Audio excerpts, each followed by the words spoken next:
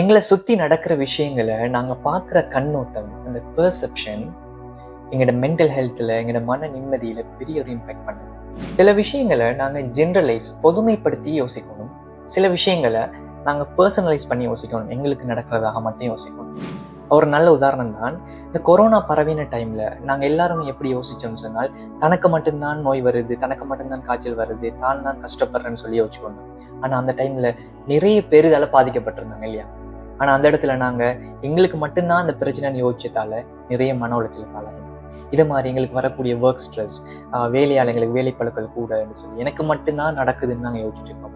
ஆனால் இந்த உலகத்தில் எல்லாருமே, வேலைக்கு போகிற எல்லாருமே ஏதாவது ஒரு வகையில் ஒரு ஒர்க் ஸ்ட்ரெஸ்ஸை அவங்க அனுபவிக்கிறாங்க தான்.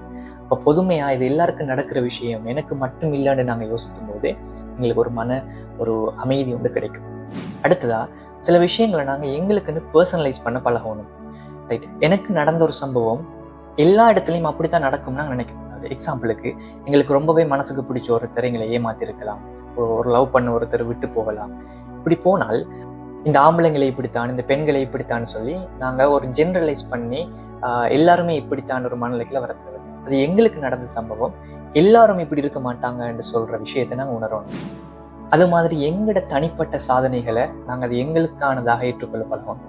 நாங்கள் ஹார்ட் ஒர்க் பண்ணி எங்களுக்கான அச்சீவ்மெண்ட்டை நாங்கள் அடையும் போது அந்த வெற்றி, அந்த சாதனை அது உங்களோட முயற்சியால் உங்களுக்கு கிடைச்சதுன்னு நீங்கள் நம்பும் போது அது உங்களோட தன்னம்பிக்கையை அதிகரிக்கும்.